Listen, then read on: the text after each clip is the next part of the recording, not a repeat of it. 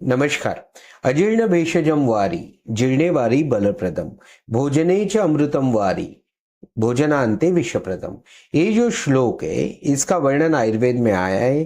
पानी का सेवन कितना करना चाहिए, कब करना चाहिए, उसके बारे में इस श्लोक में पूरी तरह से वर्णन है. तो आज के वीडियो में हम बात करेंगे कि खाना खाते वक्त पानी पीना जरूरी है या नहीं, उसके बारे में.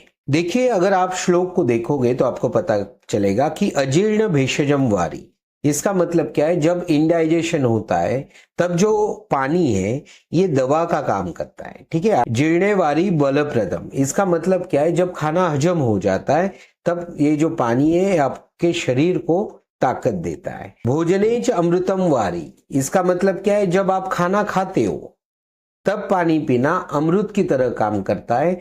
भोजना अंते विषप्रदम, इसका मतलब ये कि भोजन के अंत में ये विष की तरह काम करता है. ठीक है. तो यहाँ क्या है, भोजनेच अमृतम वारी, जब आप खाना खाते हो तो पानी जो है अमृत की तरह काम करता है. और भोजना अंते विषप्रदम, खाने के बाद आपको तुरंत पानी नहीं पीना है. तो अभी हम थोड़ा विस्तार में जानते हैं. देखिए, जब खाना स्टमक में रहता है तो उसका स्टमक का मेन फंक्शन क्या है, मिक्सिंग एंड ग्राइंडिंग. मतलब जो खाना स्टमक में है उसको अच्छे से मिक्स करना और ग्राइंड करना, ये स्टमक का काम होता है. देखिए, जब आप मिक्सी में कोई भी किसी भी चीज को ग्राइंडिंग और मिक्सिंग करना चाहते हो, अच्छे से ग्राइंडिंग करना चाहते हो, तो आप उसमें क्या करते हो, थोड़ा पानी ऐड कर देते हो. जैसे ही पानी ऐड कर दिया, वो पानी के गिला पन की वजह से वो अच्छे से मिक्स हो जाता है, अच्छे से ग्राइंड होने में हेल्प हो जाती है.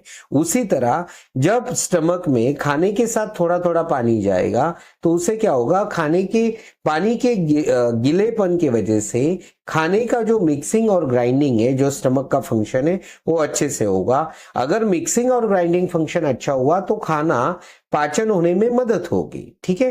तो इसलिए खाना खाते वक्त घुट घुट करके पानी पीना जरूरी होता है. जैसे कि आप 3 रोटी खा रहे हो तो एक रोटी खाने के बाद 2-3 घुट पानी पी लिया, फिर एक रोटी खाने के बाद फिर 2-3 घुट पानी पी लिया. उसके बाद अगर आप चावल खा रहे हो तो बीच में कभी 2-3 घुट पानी पी लिया. अगर इस तरह से आप घुट घुट करके पानी पियोगे तो खाने को अच्छे से गीलापन आएगा, जिससे उसका मिक्सिंग और ग्राइंडिंग अच्छा होगा. लेकिन आपको इस यहाँ पर ध्यान देना है कि पानी बहुत ज्यादा मात्रा में नहीं पीना है, घूट घूट करके ही पीना है. अभी हम दूसरा कारण बताते हैं कि खाना खाते वक्त पानी पीना क्यों जरूरी है, उसके बारे में.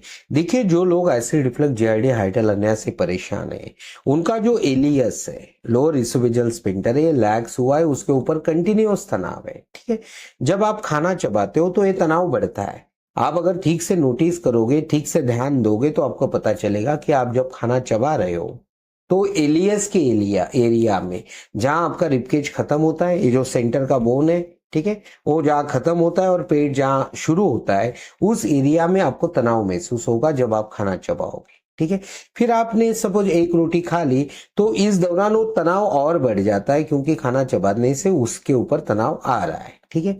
तो उसके बाद अगर आप घुट भर पानी पियोगे तो ये जो तनाव आया है ना, ये रिलैक्स हो जाएगा. एलियस जो है कुछ हद तक रिलैक्स होगा. फिर आप अगली रोटी खाओगे तो उसके ऊपर और तनाव आएगा, फिर घुट भर पानी पी लोगे और रिलैक्स हो जाएगा. ठीक है. मतलब हम क्या कर रहे हैं कि खाना खाते खाते जो एलियस के ऊपर तनाव बढ़ रहा है, खाना चबाते चबाते जो एलियस के ऊपर तनाव बढ़ रहा है, उसको बीच में घुट भर पानी पी के रिलैक्स कर रहे हैं ताकि वो और ज्यादा ना बढ़े. ठीक है. तो ओवरऑल एसिड रिफ्लक्स, जीआरडी, हाइड्रोलर्निया के जो पेशेंट होते हैं उनमें पानी पीना बेहद जरूरी होता है. घूट घूट करके पानी ज्यादा मात्रा में नहीं पीना है. पहली बात तो आयुर्वेद में बोला है कि भोजनेच अमृतम वारी, मतलब भोजन के साथ पानी पीना अमृत की तरह काम करता है. और दूसरा, आप जब घुट भर पानी पियोगे तो एलियस, जो तनाव है एलियस के ऊपर का, वो कम होगा. ये दोनों कारणों के वजह से आप जब भी खाना खाओगे तो आपको घुट घुट करके पानी पीना जरूरी है. तो अभी आप समझ गए कि खाने के बीच में घुट घुट कर पानी पीना आपके लैक्स एलियस के लिए भी जरूरी है, और साथ साथ भोजन का जो पाचन है वो अच्छा होने के लिए भी जरूरी है. तो ऐसी वीडियोस देखने के लिए चैनल को आप सब्सक्राइब करें. अगर आपको लगता है वीडियो किसी के काम आ सकता है तो इसे ज्यादा से ज्यादा शेयर कीजिए. आपने आज का वीडियो देखा, इसके लिए आपका बहुत बहुत धन्यवाद.